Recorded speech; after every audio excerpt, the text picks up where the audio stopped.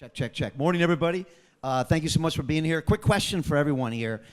Who here would love to see the hottest deals on the planet every single day? Anybody? I know I would. Yeah. And at the same time, can I get hands for people that would love to get access to the hottest capital on the planet? Raise hands, anybody. Some of you are like, I don't even know why I'm here. Okay.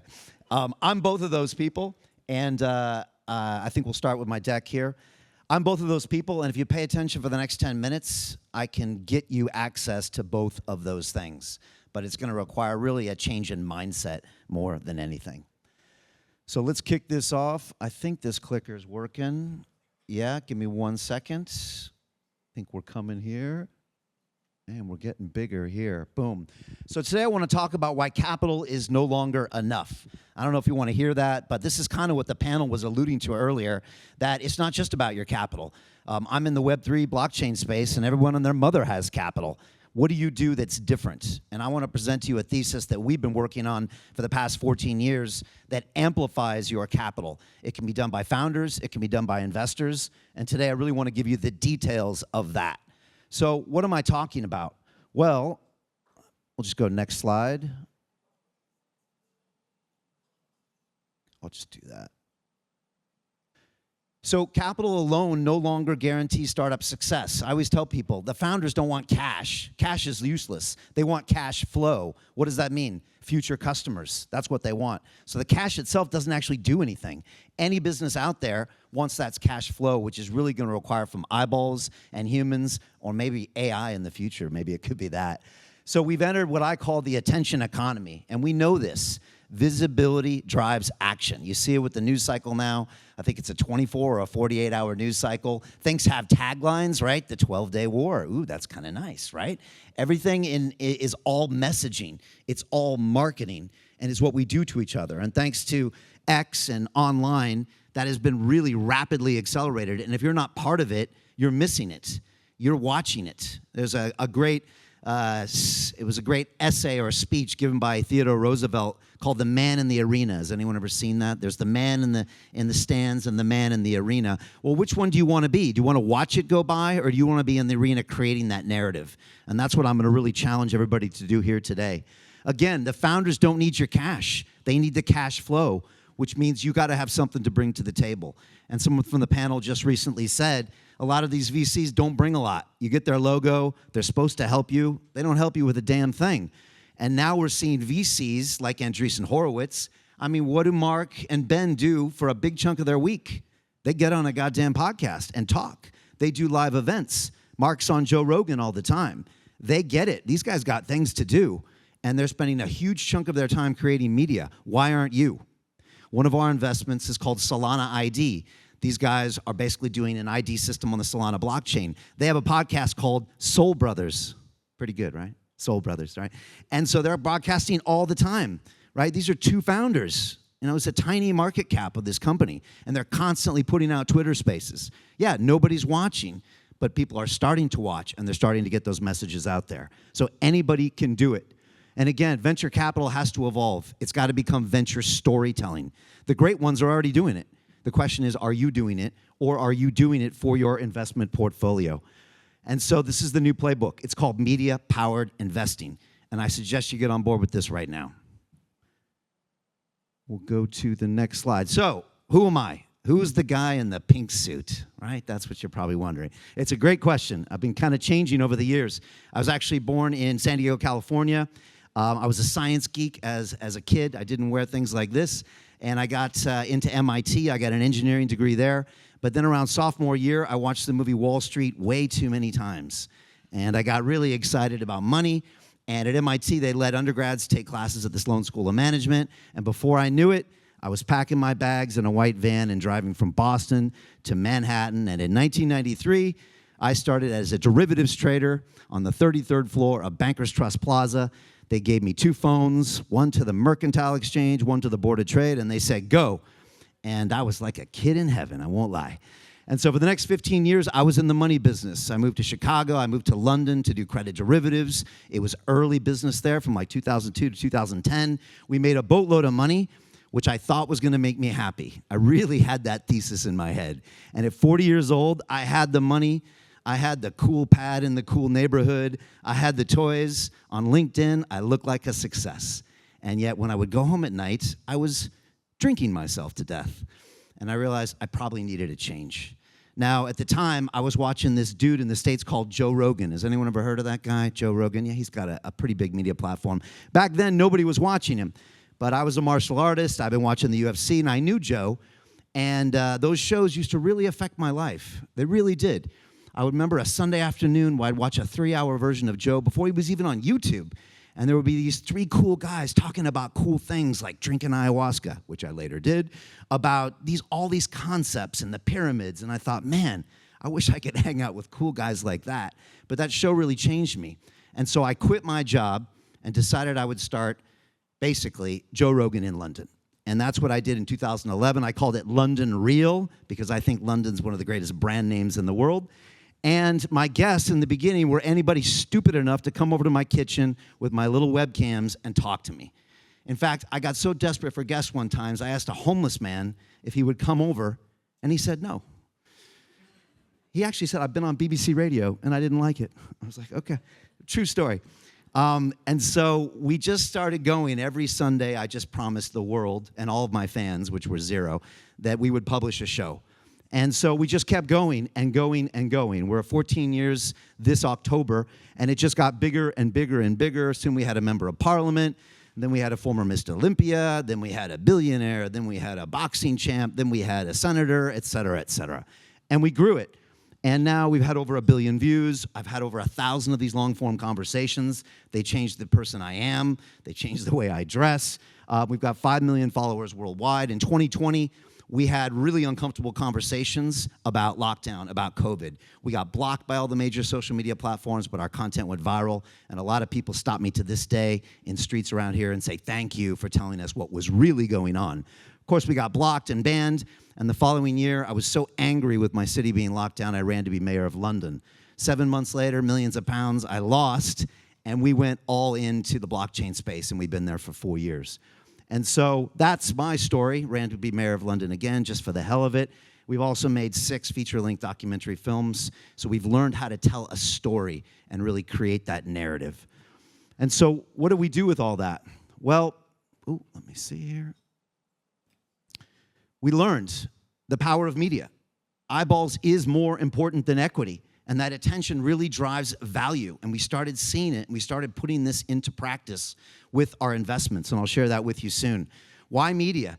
It builds everything. Credibility, social proof. A lot of you think you don't have anything to say. People would die to get inside your heads. You know, look at the All In podcast. Does anybody watch those guys, right? All In podcast. Here are these 4, reclusive, introverted, multi-billionaire VCs, and they started talking during lockdown because they didn't have anybody to talk to, right? They were poker buddies. And then one of them put it on Zoom, and one of them put it online, and now it's pretty damn good, actually. I watch it. And so you'd be amazed who actually wants to hear your views on these things. There is an audience for you out there. And so again, that exposure can attract for your portfolio companies, customers, partners, and talent. And again, visibility. That's what you want. You have to get out there. But to do that, you have to put yourself out there. And a lot of you are going to be too scared to do that. I know I was terrified. I'm actually quite introverted. Most of the people on YouTube are introverts. This is the only way they can express themselves. But the time to do it is now. And so I call it really mission-driven storytelling. And so we started playing with this about 4 years ago. And let me try that. And we created London Real Ventures.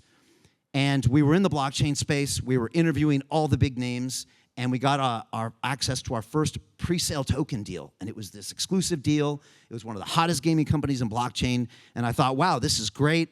I got a bunch of members of my community that want to invest. What the hell can we bring to the table? I used to be a banker, but I was like a derivatives trader. I don't know anything about VC. So I thought, well, we've got a media platform. I can tell a story. I can interview the most introverted person in the world for 2 hours, 6-camera, high def in our studio in London or Dubai, and I can create a 90-second Hollywood trailer that'll blow people's minds. And I thought, let's do that here. And so we started offering this to the CEOs. We started offering the distribution, and it really kicked off. And as far as I know, we still are the only media-powered investment firm. And I think it's that book, The 10 Laws of Marketing or something. You never want to be the second in a category. You want to be the first. So that's why I call ourselves the very first, media-powered investment firm. So now, 4 years later, we've invested over $21 million in the space, over 100 early-stage Web3 and AI companies, and we've gotten really some amazing deal flow.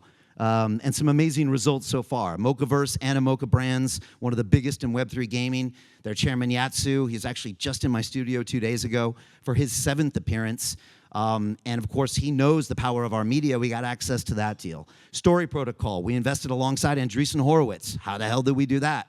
Well, because we had media that the founders saw as a great way to explain their message, and others as well. So we amplify them. When the founder comes to my studio, we sit down, we create this beautiful video asset, about 25 video assets. We distribute that to our 5 million followers, pre-TGE, TGE, post-TGE, and we hook them up with everybody we know in the business, and we're there for the next 5, 10 years. Really long-term media partnerships, but we really tell that crafted story in a good way. Now, I don't know about the industry you're in, but in Web3, I mean, the video, it's just shocking if you go out there. If you go to a lot of these projects' Twitter feeds, I mean, you don't even see the founder, let alone see them in a really intimate setting where they're explaining their passion and their vision. I still believe people invest in people. And so how are you going to invest in a person if you never even see the person, let alone see them articulating their mission and their purpose? And so this is what we've been doing. We're pushing forward. I assume it's only a matter of time before this is repeated. And you could say that this is kind of now what Andreessen's doing, right? They're talking about these things. They have the podcasts. They're talking about their visions, and that attracts the projects, and that, of course, amplifies the projects as well. This is our portfolio, something I'm really proud of. What you see here is mostly Web3 companies, artificial intelligence, decentralized finance, Bitcoin ecosystem plays, games, you name it. And this is what we're doing, and quite frankly, we're just getting warmed up. So the show is also an amazing weapon. And when I first started London Real in the early days, we had a couple VCs on from London, and one of them pulled me aside and he said, Brian, this is a lead generation machine. And I didn't really know what he was talking about. But the truth is, when we get these high-name people on, we get more exposure to us, which brings us more deals. By the way, all of you can do this. All of you can do this. And so we've had big names in our industry like Michael Saylor, who owns, I think, $60 billion of Bitcoin now, and counting. Justin Sun of Tron, I think it's the 9th or 8th largest crypto protocol out there. Raoul Pal, et cetera. Big audience of millions. And again, it's just attention to us for people who want to invest in us or for people who want that capital to be amplified. Again, we create these emotional relationships. You know, people say bad things about the meme coin industry and crypto, and it hasn't necessarily done us any favors. But what does it do? It creates emotional reactions with people. And that's what so many people miss. I create an emotional reaction. That's what I want. I want you to have an emotional relationship with the founder and their company and everything that they're doing. And that can really create these viral moments, and they can really make people connect. And that's what we're really trying to do. Let me try this. So now it's time for you to get to work. You all here probably have checkbooks, or maybe you're looking for that check, but are you picking up the megaphone? It's the craziest thing, and I used to teach podcasting in one of my academies, and it's insane. All of you, I think, have one of these in your pocket. Does everybody have one of these? Some people don't want to raise their hand today. I get it. All right? No, don't call on me. I mean, 20 years ago, if you wanted to put out a 5-minute message about your mission or your passion, you could argue it would cost you $100,000, maybe 30 years ago. You'd have to get someone to produce it and to film it. You'd have to pay some television channel to put it out. And now it's free, and you're all scared to do it. And I get it, so was I. You're scared of being judged, and the more views you get, the more controversy you get as well. And I know a little bit about that as well. In my opinion, if you don't have any controversy, you're not doing anything very interesting anyways. And so get out there and start broadcasting. Because again, those founders, they don't want your cash. They want really that cash flow, and that's going to mean what can you do to them. So what is your value? It's content, audience, and trust. And I always say there's that great Japanese proverb, when's the best time to plant a tree? Does anybody know this one? 20 years ago or today. And so I'm going to play a little exercise here. Somebody, please join me in this. Pull out one of these phones, would you? I know Gordon's going to do it. Gordon did this in Dubai. Thank you very much. Come on, play along with me. Open up your phone, and let's create your first video log. It's really easy. Gordon's going to do it. How dare you not? Gordon knows how to do this. Pick out your phones. Trust me, it's going to be okay. All right, put it on selfie mode so you can see your beautiful self. You're like, damn, I'm good looking. Better than I thought. Okay, right? Now, it's going to be simple. It's a 30-second video. You're just going to introduce yourself. I'll go first and you go next. Here you go. Hey, my name's Brian Rose. You know what I really love? I love the blockchain. I think it's actually a shift in human paradigm. It's not really about the money. It's about how we can really transform the world. What do you think about blockchain? Leave me a comment below, and I'll get back to you, and I'll make another one of these tomorrow. Boom.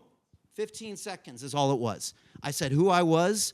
I said something I was interested in. I asked a call to action for them to respond. You can do that. You can put it on your LinkedIn. You can put it anywhere and do it. So let's all try it now, all right? I know this is the scary part, right? Oh, my gosh. Wait till everyone sees this. You'll realize no one's going to see it. All right? Take your phone, right? Take your phone. Put it on video, and go ahead. Hit record. Introduce yourself. Go. Boom. Global Family Office Summit, and we're... I'm in VC. I invest.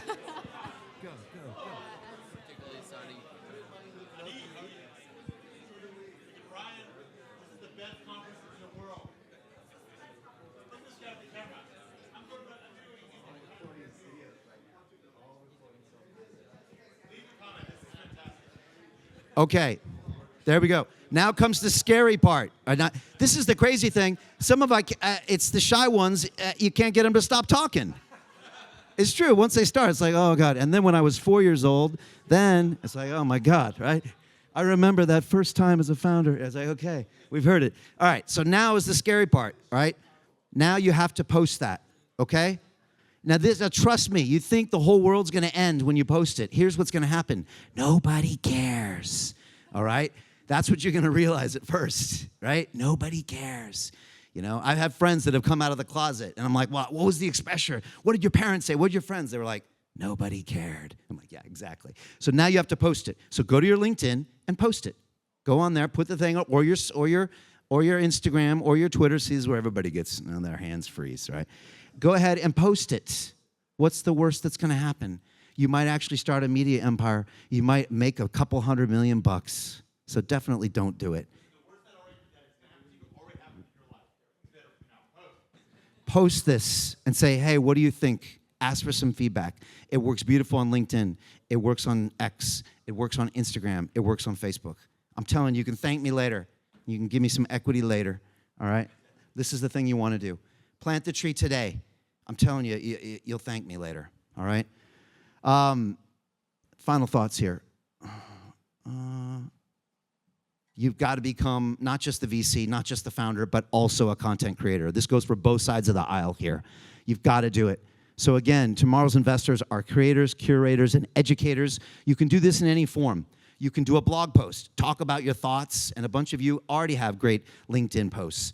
You can do the video, the vlog, talking to yourself. You get really used to talking to yourself. It's amazing.